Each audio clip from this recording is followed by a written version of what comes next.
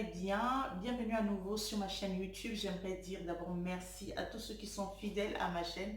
Je suis vraiment reconnaissante de vous savoir toujours, chaque fois, à revenir vers moi pour regarder ce que je poste. Je suis vraiment reconnaissante, hein, reconnaissante de votre fidélité. J'aimerais aussi souhaiter la bienvenue aux personnes qui viennent d'arriver. Si c'est la première fois que vous arrivez chez nous, bah, soyez les bienvenus. Prenez un siège, asseyez-vous, ce sera votre place pour toujours. Ici, on réfléchit à haute voix, c'est tout ce qu'on fait. On réfléchit à haute voix, on partage notre pensée. Chacun est libre d'émettre son opinion tout en gardant la bonne humeur, bien sûr, et le respect de tous. Alors, c'est vrai que ça fait un bout de temps que je n'ai pas posté de vidéo, tout simplement. Bah, c'est le confinement. Ça arrive qu'on puisse avoir la flemme, ça arrive qu'on se sente juste fatigué, a envie de ne rien faire, de ne rien poster, mais ça arrive aussi qu'on reprenne les taureaux sur les cornes et puis on se dit, ben voilà, je vais encore refaire quelque chose, donc voilà pourquoi je suis là. Donc j'avais une idée, je me suis dit, j'ai envie de comprendre les secrets de femmes. Vous savez, on a l'habitude de se dire que Dieu avait dit quelque chose aux femmes pendant que l'homme était ensommeillé. Il avait dit quelque chose aux femmes que les hommes ne connaissent pas. Mais des fois, je me dis qu'il y a même des femmes qui ne savent pas ce que Dieu avait dit, s'il avait dit quelque chose. Même les femmes ne connaissent pas les secrets, en fait, le secret que Dieu leur a donné. Même il nous arrive à ne pas connaître du tout ce secret-là qui fait de nous des êtres exceptionnels ou ceci, cela. Alors je me suis dit, je vais fouiner dans la vie des femmes tout simplement, afin de trouver les secrets de femmes. Qu'est-ce qui s'est passé dans la vie de telle ou telle autre femme pour qu'elle puisse réussir? Quelle est la magie qui a agi? Quelle est la chose? Quel est ses ingrédients? C'est quoi sa recette? C'est leur parcours. On va essayer un peu de fouiner comme ça dans la vie des femmes pour trouver les astuces, les recettes, voilà, les idées qui vont nous permettre à tous d'avoir des astuces, quoi, de savoir comment réagir face à telle ou telle autre situation. Je me dis toujours que c'est vrai que la vie de tel ou de tel autre n'est pas semblable. C'est vrai que nos parcours ne sont pas semblables. Nos âmes ne sont pas semblables. On a une façon de réfléchir différente, une façon de réagir différente, une façon d'agir différente.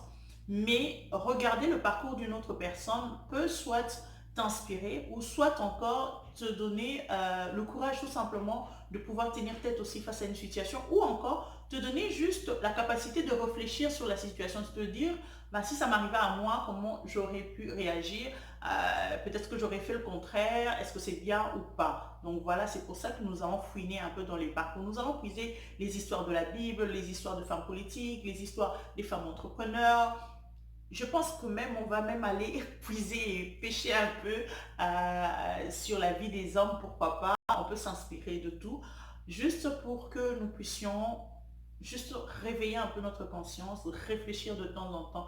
Vous savez, des fois, la situation peut ne pas vous arriver, mais si vous savez déjà par principe quelle est votre position, c'est toujours bien. Parce que lorsqu'une situation vous arrive, lorsque vous êtes à l'intérieur, souvent, il y a les sentiments qui s'en mêlent et on n'est pas très lucide toujours. Mais lorsqu'on a déjà une position, on peut à ce moment-là commencer à adapter par rapport au moment où la chose arrive. Donc aujourd'hui, nous allons commencer par la première personne dont je veux parler, le premier portrait que j'aimerais exposer, c'est l'histoire de Naomi. L'histoire est dans la Bible, dans le livre de Ruth. Vous allez trouver l'histoire de Naomi. Dès que vous allez commencer le premier chapitre du livre de Ruth jusqu'à la fin, vous trouverez Naomi parce que Naomi, en fait, elle a passé son temps avec Ruth. La plupart du temps, on parle de Ruth. On ne parle pas souvent de Naomi. Mais moi, je trouve que Naomi a une vie merveilleuse. Et le thème de Naomi, on va l'intituler Tout reprendre à zéro, redémarrer à zéro, reprendre sa vie, redémarrer, retourner en arrière. En fait, reprendre à zéro, ce sera ça notre thème sur lequel nous allons parler en puisant plus les idées les idées sur la vie de Naomi. En fait, Naomi, c'est juste une dame qui a quitté son pays, sa ville d'où elle venait, pour aller vers un autre pays parce que il y avait la famine. En fait, il y avait la famine en Israël. Alors, Naomi et son mari Elkanah, ainsi que leurs deux enfants, ils sont partis dans le pays de Moab où il y avait plus à manger que dans son pays à elle. Donc, quand ils sont arrivés là-bas, bah, c'était bien. C'était bien. Ils ont pu trouver à manger, ils se sont même installés. Donc, C'était bien, la belle vie, ses enfants ont grandi, se sont mariés, donc c'était bien, tout était parfait, il n'y avait pas de problème. Mais seulement, bon, avant même que ses enfants se marient, Naomi a d'abord perdu son mari. La première chose qui est arrivée, la première chose néfaste qui est arrivée dans la vie de Naomi, c'est qu'elle a perdu son mari. Et après quelques temps, elle a perdu aussi ses deux fils. Donc, elle n'est restée que avec ses belles-filles qui n'avaient même pas d'enfants. Donc, elle se retrouvait dans un pays, dans un autre État, sans mari, sans enfant, rien qu'avec ses belles-filles. Et elle a entendu dire que dans son pays d'origine, eh ben, il y avait, la famine était passée, donc il y avait à nouveau le moyen de vivre, de bien vivre, ainsi de suite. Donc nous nous retrouvons là, dans cette période-là de la vie de Naomi, où elle a tout perdu. Naomi était vieille. Elle était déjà maman, ses enfants avaient grandi, ils s'étaient déjà mariés.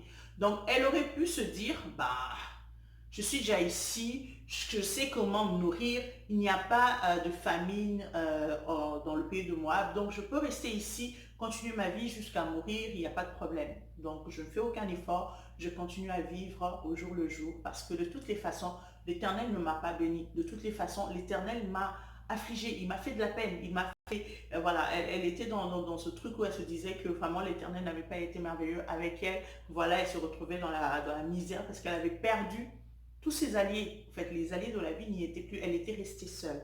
C'est ce qui arrive des fois dans la vie des gens. Je ne sais pas ce que vous traversez, peut-être que tout allait bien, vous avez commencé votre vie, jeune fille, ainsi de suite, vous avez trouvé un travail, ou bien vous avez trouvé un mari, ou bien, je ne sais pas moi, tout va bien, et puis à un certain moment, cette chose dans laquelle vous étiez habitué, cette chose dans laquelle vous étiez assise, bah, vous quitte tout simplement. Il y a un chamboulement dans votre vie qui n'était pas paramétré. En fait, dans la vie de Naomi, elle ne se disait pas qu'elle se retrouverait un jour seule. Comme si elle n'avait pas eu de vie de famille. Elle s'est retrouvée tout simplement seule. Comme si, ben voilà, elle n'avait eu jamais d'enfant. Vous savez, perdre vos deux enfants, perdre un mari, perdre vos deux enfants, c'est tout l'espoir qui s'en va. En fait, elle se retrouvait seule. Et certes, elle n'avait plus, en fait, elle n'avait plus de famille, elle n'en aurait même plus. Et pour voir à quel point elle était désespérée d'avoir à nouveau une famille, lorsque ses belles-filles la suivaient parce qu'elle avait décidé de retourner dans son pays, bah, Naomi, elle va dire à ses belles-filles, bah, pourquoi vous allez rester attachées à moi? Je n'ai rien, plus rien à vous offrir. Plus rien, je suis vieille. Et même si Dieu me faisait une grâce de retomber enceinte, donc il fallait trouver un homme, retomber enceinte, attendre que l'enfant grandisse pour qu'enfin il puisse y avoir une descendance. Donc, dans la logique humaine, c'était fini. C'était fini, il n'y avait plus d'espoir, fini. Elle se retrouvait dans cet état-là où tout était réduit à néant. Plus d'espoir, rien. Mais dans ce manque d'espoir, elle s'est pas dit, je reste là à subir la vie. Je veux répartir. Elle a eu à faire un choix. D'accord? Elle a eu à choisir, à faire un choix. Et c'est ça qui est des fois difficile dans notre vie. Donc, vous êtes là, vous avez perdu soit votre mari, soit votre mariage, soit, quand je dis mari et mariage, ça veut dire que soit vous êtes veuve, soit vous êtes divorcé, hein, deux cas différents. Soit vous avez perdu votre travail, soit vous avez perdu vos enfants, vous étiez déjà seul avec votre enfant, mais vous l'avez perdu. Soit vous avez été très longtemps dans une forme de stérilité, vous avez eu votre bébé et du coup, soit vous faites une fausse couche, soit votre enfant meurt. Vous voyez, vous vous retrouvez dans cet état-là où il n'y a plus d'espoir. Vous n'avez même plus envie d'oser.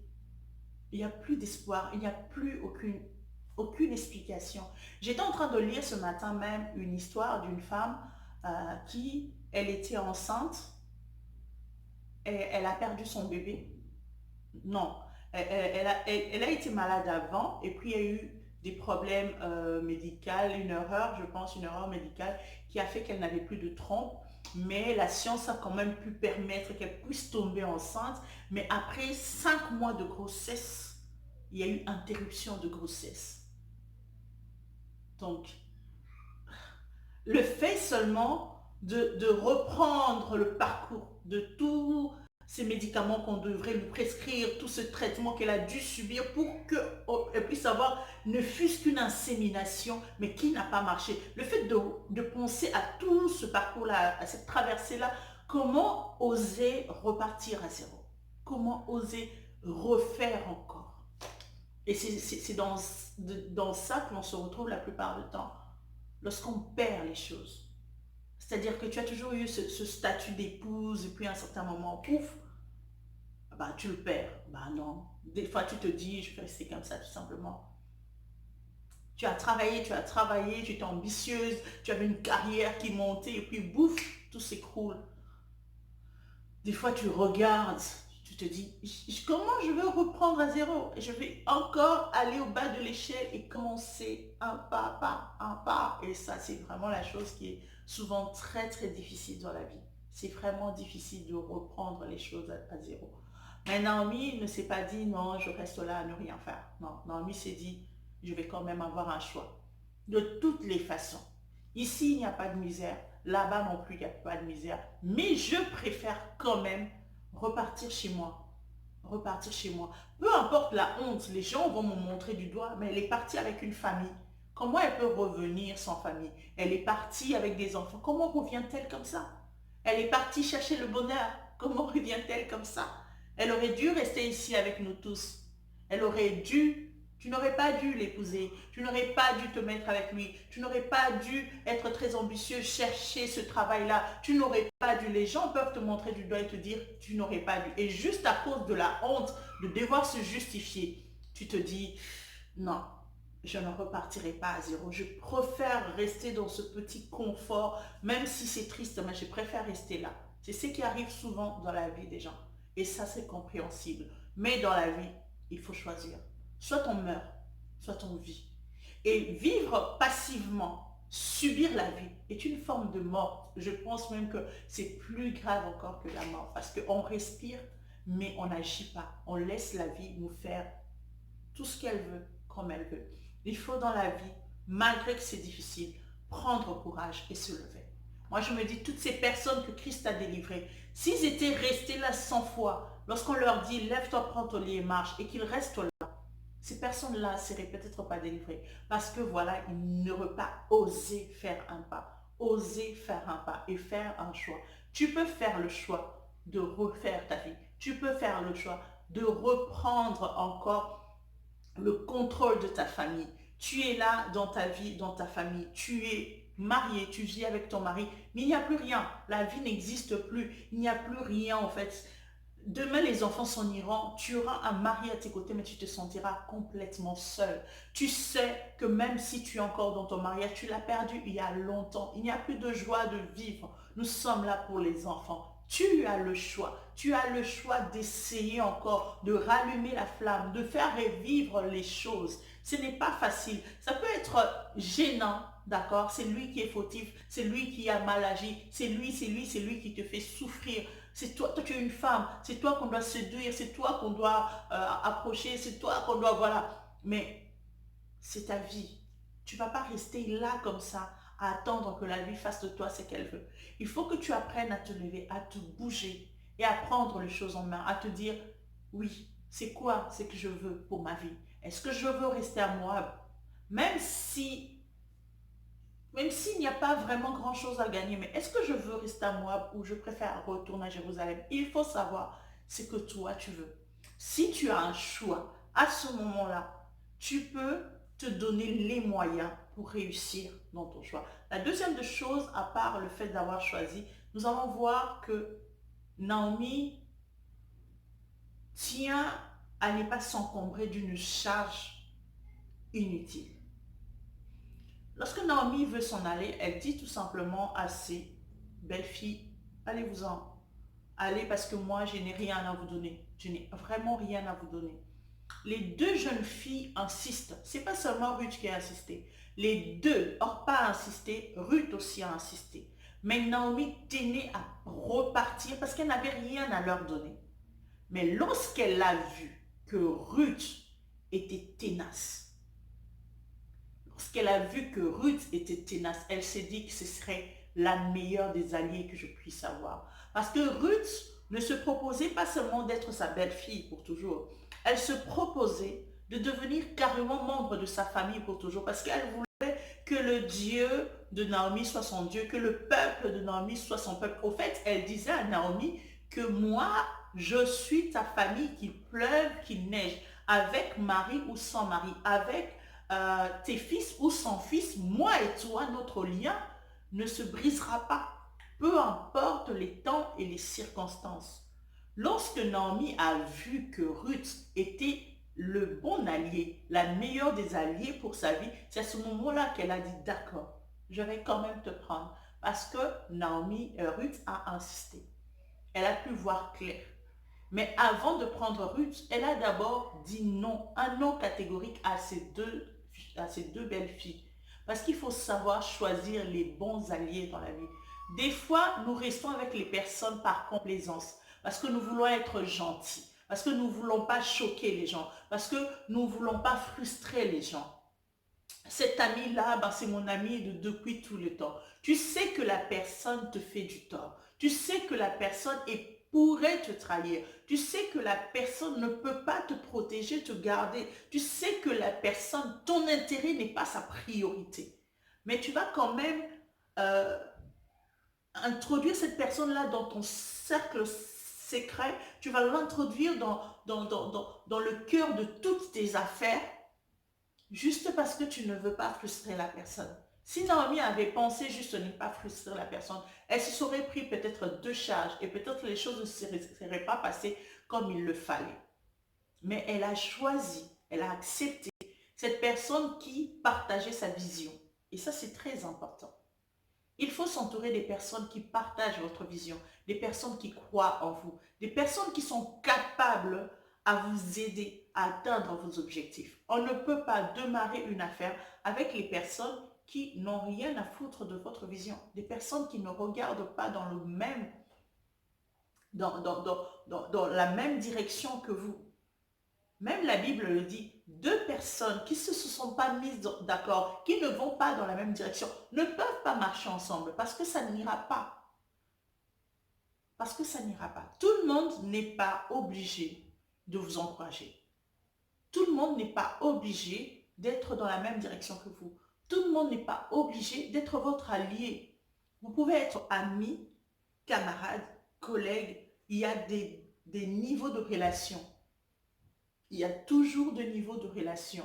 Vous pouvez être frère, vous pouvez être je ne sais pas moi quoi, mais cela ne veut pas dire que parce que j'aime bien cette personne, elle doit nécessairement être mon allié dans telle ou telle autre chose. Et des fois, il nous est difficile de garder nos secrets, de garder comment évolue notre vie et on en parle. Vous pouvez parler à une personne qui peut-être n'est même pas de mauvaise foi, mais qui va transmettre à une personne qui, elle, peut être de mauvaise foi. Alors, faire toujours attention aux personnes que l'on met autour de soi et choisir les meilleurs alliés dans la vie. Mais il faut choisir les alliés. Il faut. On ne peut pas réussir seul dans la vie. On ne peut pas. Voilà pourquoi l'Éternel dit il n'est pas bon que l'homme soit seul. On a toujours besoin d'une personne. Peu importe ce que cette personne-là fera, mais on a toujours besoin d'une personne. Même si ce ne sera pas la personne qui va être avec vous tout le temps. Peut-être pour une période, tu as besoin d'une personne qui t'aide à ouvrir une porte. Puis tu as besoin peut-être d'une autre personne qui t'aide à monter les marches. Puis tu as peut-être besoin d'une personne qui t'aide à tirer la chaise. Peu importe. Tu n'as pas nécessairement besoin que ce soit la même personne qui t'ouvre la porte, qui t'aide à marcher. Non. Peut-être pour un certain moment, cette personne a été la bonne personne. Mais peut-être pour après, peut-être tu as besoin d'une autre personne. On ne sait pas. Mais il faut être strict lorsqu'on choisit les alliés de la vie. Surtout ce qui me fait mal pour la plupart des femmes, c'est que des fois le Saint-Esprit te parle. Des fois, Dieu te révèle que cette personne est en train de te ruiner. Cette personne est en train de ruiner ton mariage. Cette personne est en train d'être néfaste pour toi. Peut-être pas de mauvaise foi. Hein. Peut-être pas de mauvaise foi. Moi, j'ai vu des femmes très douces dans leur foyer avoir des maris très difficiles et être coachées par des femmes vaillantes, des femmes qui sont dynamiques et tout ça. Mais le coaching se passe mal parce qu'elle est chef d'entreprise. Elle a l'attitude de chef d'une personne qui a cette habitude-là d'être très autoritaire. Et elle a un mari qui accepte cela. Alors, elle va commencer à te transmettre sa façon à elle de voir les choses. Et du coup, tu vas tout simplement commencer à te transformer, à devenir elle. Pendant que son mari n'est pas le tien. La façon de penser de son mari, c'est pas la façon de penser de ton mari. Elle ne cherche pas à te détruire. Elle cherche à te donner le meilleur parce que elle, c'est dans cette méthode-là que réussit son mariage. C'est dans cette méthode-là qu'elle réussit son mariage. Alors, elle te transmet exactement ce qu'il faut pour réussir un mariage, mais en oubliant que toi et ton mari, vous n'êtes pas leur couple. Et ça arrive souvent. On choisit des personnes qui ont réussi dans la vie sans se dire tout simplement que nous ne sommes pas ces personnes-là et qu'il faudrait adapter leurs conseils ou leur façon de faire à notre vision à nous. Nous avons une vision qui est différente de la leur. Nous avons une façon de vivre qui est différente de la leur. Lorsque deux personnes se mettent ensemble, la plupart du temps, c'est parce que, voilà, si c'est bien choisi, c'est parce qu'on se dit que ma femme est compatible à moi, ma femme telle qu'elle est. Mais lorsque les jours courent et que cette femme-là se métamorphose, devient une autre personne, elle devient maintenant la femme qui est compatible à une autre personne. Et du coup, peut-être pour le mari, ce n'est plus la belle vie, ce n'est plus la joie de vivre avec cette épouse-là, parce que même si c'est le même corps, mais le mindset, la mentalité de la personne est complètement différente. Et peut-être que cette mentalité-là ne marche pas. Donc, même quand on suit les influenceurs, même quand on... Moi, j'ai toujours cette habitude-là de dire aux femmes qui me posent des questions, je leur dis, mais qu'est-ce que voulez-vous? Je ne peux pas, moi, proposer mes choix de vie. Peut-être parce que toi, ça te rendrait complètement malheureuse. Je peux te dire, moi, j'ai fait ça parce que j'ai pensé à mon bonheur en premier. Parce que mon bonheur à moi consistait en ça, ça, ça, ça. Mais c'est à toi de savoir quel est ton bonheur à toi. Il y a des personnes qui ne peuvent pas vivre sans homme. Ça, c'est impossible. Je ne veux pas te dire tout simplement de divorcer. Parce que peut-être toi, ton bonheur à toi, c'est ainsi. Je peux peut-être te dire, efforce-toi à arranger telle situation, parce que tu y arrives. Mais c'est sûr que je veux te dire, tu dois chercher à être heureuse. Parce qu'il y a des fois, on a tellement peur d'affronter les choses de la vie qu'on suit une voie qui n'est pas la bonne. Donc, à chaque fois qu'on choisit d'écouter des conseils, qu'on choisit de marcher avec des personnes, il faut se rendre compte, se poser d'abord la question, est-ce que la personne est le bon allié avec qui je vais avancer? Est-ce que cette personne-là partage la même vision que moi? Est-ce que cette personne-là pense d'abord à mes intérêts? Est-ce que cette personne-là peut vraiment se marier? Est-ce que je peux faire avec cette personne-là tout ce qu'il faut pour que j'avance? Alors les deux femmes, donc Naomi et Ruth, elles sont reparties. Elles sont rentrées. Lorsqu'elles sont arrivées dans le pays, puisqu'elles ont fait le choix de retourner, de recommencer à zéro, lorsqu'elles arrivent dans la réalité des choses, la première des choses que ces femmes font, c'est de se renseigner sur l'état. Qu'est-ce qui se passe? Alors, elles sont informées que c'est la période de la moisson de l'orge. Il fallait savoir ce qui s'est passé dans la réalité. Il faut avoir l'habitude de s'actualiser. Dans tout ce que tu fais, il faut avoir l'habitude de s'actualiser. Ça, je vais les dire aux femmes, maman. C'est vrai que tu es maman, c'est vrai que tu l'as séduit hier, je ne sais pas moi, par telle ou telle autre voie. Rien ne t'empêche de t'actualiser. C'est vrai que tu as bien travaillé, tu as eu une carrière comme il se doit. C'est vrai que tu as été chef, je ne sais pas moi de quoi que ce soit. Rien ne t'empêche de t'actualiser. Parce que maintenant, avec le monde 00.2 ou 00.1, je ne sais pas moi, l'Android là, il faut à un certain moment s'actualiser. Parce que peut-être qu'il y a tellement de logiciels, tellement d'applications qui font que tu es en retard et tu en as les capacités. C'est un truc que moi je dis souvent aux femmes. Tu en as les capacités, tu es intelligent, tu n'es pas trop vieille pour Facebook, pour Instagram, pour les applications, pour les logiciels qui sortent, tu n'es pas trop vieille pour ça, tu n'es pas en pension. Même si tu étais en pension, tu peux encore. Dis-toi qu'il y a des femmes et des hommes qui ont plus que ton âge, qui sont là en train de s'actualiser, de s'informer sur les réalités de ce qui se passe. Il faut que tu apprennes à t'actualiser. Il faut arrêter d'être nécessairement vieux jeu. Maintenant, quand je te dis de t'actualiser, je ne suis pas en train de te dire que l'expérience n'est pas une très bonne chose. Non. Ou que l'expérience est inutile. Ça, c'est pas ce que je dis. Avec ton expérience, lorsque tu t'actualises, tu es encore plus efficace. Tu peux t'actualiser pour savoir comment ça se passe maintenant. Maintenant, il y a les réseaux sociaux. On se rencontre aussi par réseaux sociaux. Je suis désolée, ça peut choquer certaines personnes qui ne sont pas très réseaux sociaux, mais ça fonctionne. Ça fonctionne. Des histoires naissent par réseaux sociaux. De toutes les façons, les gens ne sortent presque plus. Les gens ne courent plus pour aller dehors, aller nécessairement au cinéma, aller nécessairement dehors, se promener. Non, les gens travaillent tellement et puis le soir, il a son ordi, il se repose. La vie est comme ça maintenant. Tu ne vas pas penser que tu vas rencontrer encore quelqu'un en allant au champ. Non, non, c'est plus comme ça. Ça ne marche plus comme ça. Ça ne marche plus comme ça. Tu ne vas pas penser que, oui, les bonnes filles, elles sont toujours dans les églises. Non, mon cher ami, les églises sont pourries aujourd'hui à un point, tu ne peux pas savoir. Tu ne peux pas savoir. Tu ne vas pas te dire que chaque fille que je vois sur YouTube, par exemple, sur moi, elle est moins sérieuse. Non, les choses ne se passent plus comme ça. Il y a maintenant des gens qui travaillent sérieusement sur YouTube parce que c'est devenu vraiment un gagne-pain. Donc du coup, tu ne vas pas catégoriser les gens. Parce que les choses ne se passent plus comme ça. Les choses ont évolué. Tu ne vas pas te dire qu'il faut nécessairement que j'aille encore 150 diplômes pour avoir un bon travail. Les choses ne se passent plus comme ça. Tu te formes, tu te lances, tu crées ton entreprise. Les choses sont en train d'évoluer d'une autre manière. Il faut s'informer, s'actualiser, se demander comment ça se passe. Comment ça se passe? Qu'est-ce que je peux faire à nouveau pour rallumer la flamme? C'est vrai que ça fait 20 ans, 25 ans que vous vivez ensemble. C'est vrai que ça fait 18 ans que vous êtes ensemble. Ça fait 10 ans que vous êtes ensemble.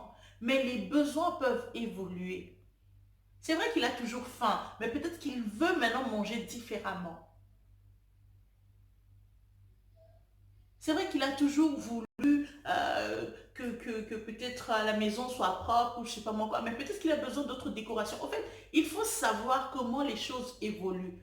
Tout dépend de ce que tu veux toi. Ce qui t'intéresse toi. C'est quoi ton bonheur? Si tu sais que telle chose fait partie de mon bonheur, alors cherche à savoir comment la chose fonctionne aujourd'hui. Lorsque tu sais comment la chose fonctionne aujourd'hui, à ce moment-là, tu peux te dire que tu es prête. Au fait, tu es dans le game. Tu es là, tu peux te lancer dans le jeu. Ne reste pas en arrière, personne n'ira te pêcher. Personne ne va retourner très loin pour aller te pêcher. Les gens sont en train d'avancer. Donc, lorsque ces deux femmes sont arrivées, elles se sont posées juste la question de savoir c'est quelle saison maintenant. Donc, c'est la moisson. Ok, Ruth, à partir de demain, tu vas glaner. Tu vas glaner parce qu'on ne va pas rester là à attendre que les gens commencent à nous dire «Oh, nos condoléances Naomi, attends, puisque tu es veuve maintenant, on va te chercher un peu de pain. Non, non, on bouge, on arrive, on demande comment ça se passe ici, on bouge, on entre en action. Ce n'est pas trop tard. Tu peux bouger, tu peux entrer en action. Tu es marié, tes enfants commencent à grandir, tu as un petit job, et puis c'est fini. Tu n'as plus de motivation pour la vie. Tu n'as plus d'objectif. Non, c'est fini. Toi, tu as tout fini. Maman, là, c'était le premier parcours. Tu peux commencer un second parcours. Tu peux te lancer un nouveau challenge dans la vie. Maintenant que tu ne t'occupes plus vraiment des enfants, tu peux chercher à faire autre chose. Une nouvelle carrière. Puisque tu es vivante, vis. Puisque tu es vivante, vis. Et c'est ça qui va te permettre de ne pas vieillir. Ne dors pas tout le temps. Ne te dis pas que j'ai tout fait. Maintenant, je suis là, j'attends.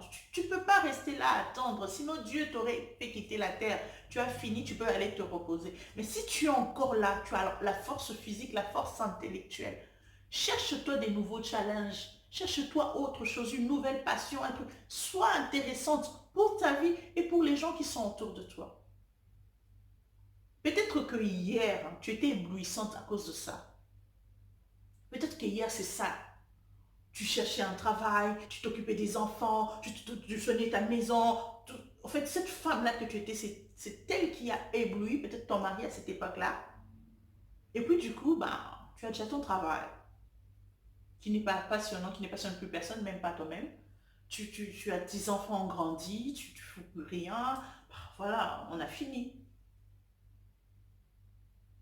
On a fini.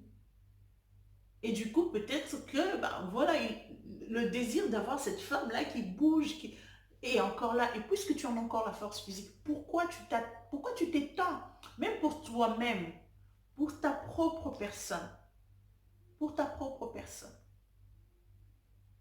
Crée-toi des challenges. Dis-toi, je veux créer telle entreprise, j'ai une nouvelle passion, je veux faire du sport, je sais pas moi quoi, je vais me mettre dans la musique, peu importe, mais et des choses qui te font vivre, puisque tu es encore vivante. Et des choses qui te font vivre. Alors, si on revient à Ruth et à Naomi, donc lorsque Ruth s'en va glaner, déjà Naomi avait commencé à penser, puisque Ruth est venue avec moi, n'y a-t-il pas des gens qui ont le droit de rachat sur elle? Une petite brèche s'est ouverte. Ruth a tenu à venir avec elle. Alors elle a commencé à penser. Elle a commencé à penser. C'est-à-dire, elle a commencé à avoir une vision. Elle a commencé à ouvrir son esprit sur certaines possibilités. Même si, en fait, elle a pensé à ça avant même que Ruth se retrouve dans le champ de Boaz. Avant. Elle a déjà commencé aux possibilités des personnes qui pouvaient avoir le droit de rachat sur Ruth. Donc, le droit de rachat, c'est-à-dire que lorsque quelqu'un meurt, qui te reprend, qui dans sa famille a le droit de te reprendre comme épousant, selon la culture de leur pays avant. Donc, elle a commencé déjà à chercher les opportunités. Parce que pour Naomi, à cet instant-là, il n'était plus question seulement de trouver du pain. Il n'était plus seulement question de famine, de manger ou non. Naomi avait perdu plus que la richesse. Elle avait perdu plus que la chose pour laquelle elle avait quitté Jérusalem à l'époque. Elle avait perdu sa famille et il lui fallait une famille. Alors lorsque Ruth a choisi de venir avec elle, elle a commencé maintenant dans sa tête à voir Ruth comme une nouvelle porte pour avoir à nouveau une famille. C'est-à-dire que elle se donne des ambitions. Elle élargit au fait sa vision par rapport à tout ce dont elle a besoin. Tout ce dont elle peut rêver. Tout ce qui pourrait faire son bonheur parfait. Lorsque ta vision s'ouvre à tel point qu'il peut combler ton bonheur, alors là, tu as des bonnes visions. Mais des fois, on visionne que peu de choses. Le plus important pour moi, c'est d'être au moins en paix. Tout ce que je veux, c'est qu'il rentre au moins à 16 heures. Tout ce que je veux, c'est avoir au moins 1 200 qui me permet, ne fût-ce que de payer le loyer. Tout ce que je veux, tu t'arrêtes dans le tout ce que tu veux, pendant que tu as d'autres besoins aussi qui restent là, qui ne sont pas satisfaits. Alors, dès que Naomi apprend que Ruth est tombée dans le champ de Boaz et que Boaz s'est intéressé à elle, sans même qu'on lui ait dit que Boaz s'est questionné sur le fait est-ce qu'elle est célibataire, est-ce qu'elle ne l'est pas, est-ce que je peux l'épouser, même si, au fait, Boaz, dans sa tête, il se disait, il est vieux, parce que Boaz n'était pas jeune. Boaz était vieux, parce que même lorsqu'il parle à Ruth, il lui dit, ah bah, tu n'as pas cherché un jeune homme, mais tu es venu vers moi. Parce que Boaz même ne pensait pas que Ruth allait vouloir de lui comme mari. Mais Boaz s'était juste dit, bah, c'est la famille. Donc voilà, puisque cette fille est très gentille avec sa belle-mère, elle l'a suivie, je vais quand même faire un geste parce que vu sa bravoure, excusez-moi, vu tout ce qu'elle est, ainsi de suite, je veux juste faire un geste afin que bah, tu puisses s'en sortir. Pendant que lui pensait à ça, Naomi était en train de voir ses petits-enfants dans ce type-là.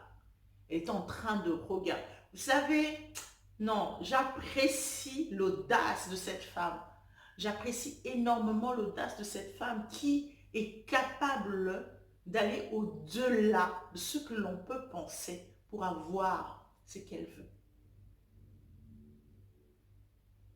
Elle a commencé à mettre en œuvre une stratégie qui fera que cet homme-là devienne l'époux de sa belle-fille.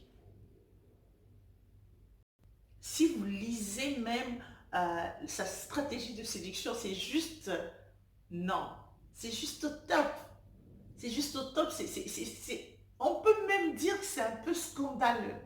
On peut même dire, waouh, cette femme, elle est une vraie coquine. Comment elle a pu penser à ces choses de cette manière-là? On peut même dire que ça frôle un peu euh, le manque d'éthique. Hein, ça frustre un peu les mœurs, sa façon d'agir. Mais elle savait exactement ce qu'elle voulait. Elle savait exactement ce qu'elle voulait et elle savait comment il fallait agir. Donc, pour poser une stratégie, c'est pourquoi je disais tantôt que l'expérience n'est pas une mauvaise chose. Le problème, c'est de s'actualiser tout en s'appuyant aussi sur son expérience. Parce que Naomi s'est appuyée sur son expérience. Elle savait, vu l'âge de Boaz, si Ruth allait au pied de Boaz, cela allait changer des choses. Elle savait. Elle savait qu'une femme se retrouvait sur le pied d'un homme mettrait un homme mal à l'aise au point où il ne peut pas avoir déjà eu une femme à ses pieds et ne pas réagir. Il savait à quel point ce serait indécent qu'il ait une telle proposition et qu'il ne réagisse pas. Parce qu'il connaissait le comportement de Ruth, l'attachement de Ruth pour Naomi, et il savait que si Ruth était arrivée jusqu'à ses pieds, c'est qu'il y avait entraînement de Naomi quelque part, et qu'il ne pouvait pas, lui qui était vieux, voir une si belle et jeune femme à ses pieds et ne pas répondre positivement à cette forme de demande. Au fait, par expérience, Naomi savait exactement comment poser ses pions pour que la chose ne rate même pas. Elle avait tellement confiance à ses armes, justement, parce qu'elle connaissait l'efficacité de ses armes. C'est vrai qu'on peut s'actualiser, c'est vrai qu'on peut se moderniser, mais vous êtes vous. Vous êtes votre plus grande arme. Vous êtes votre plus grand atout. Vous n'êtes pas une coquille vide. Dieu a mis en vous la provision nécessaire pour atteindre votre vision. Et ça, c'est important de se faire confiance. De se faire confiance. Vous savez, si les provisions qui sont en vous n'arrivent pas à atteindre votre vision, c'est-à-dire que ce n'est pas une bonne vision. Parce que Dieu, lorsqu'il donne une vision, il en donne les provisions. Et les provisions de l'Éternel ne sont jamais insuffisantes. Alors, ce que vous avez en vous, vous devrez avoir confiance en ça. Vous devrez nécessairement avoir confiance en vous. C'est très, très important. Peu importe les vents, peu importe la concurrence, peu importe les réalités, peu importe dans quel monde on est, vous serez toujours une personne particulière avec une particularité, avec des spécificités que l'on retrouvera nulle part ailleurs. Alors, utilisez vos atouts. Utilisez vos atouts. Utilisez votre position. Utilisez votre connaissance pour avoir ce que vous voulez. Je ne suis pas en train de vous dire d'écraser les gens. Je ne suis pas en train de vous dire de tuer les gens. Je ne suis pas en train de vous dire de faire mal les choses. Mais utilisez vos atouts pour les bonnes choses. Chaque atout peut utiliser pour un bien ou pour un mal. Chaque atout. Une personne intelligente peut utiliser son intelligence pour construire et pour détruire. Une personne forte peut utiliser sa force pour construire ou pour détruire. Une belle personne peut utiliser sa beauté pour construire ou pour détruire. C'est à vous de choisir ce que vous allez faire de ce que Dieu vous a donné. Mais surtout, ne négligez pas vos atouts en disant que non, je ne peux pas les utiliser. Si c'est pour construire, utilisez-la. Utilisez votre intelligence, utilisez votre capacité de séduction. Si vous savez séduire, ce n'est pas pour rien. Ça ne fait pas de vous nécessairement une bordel. Non. Non. Non. C'est un atout.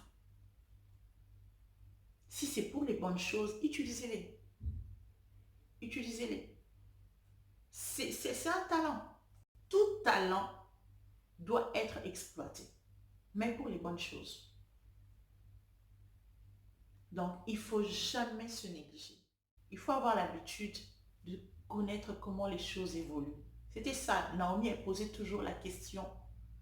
Elle posait toujours la question à Ruth pour savoir comment ça s'est passé.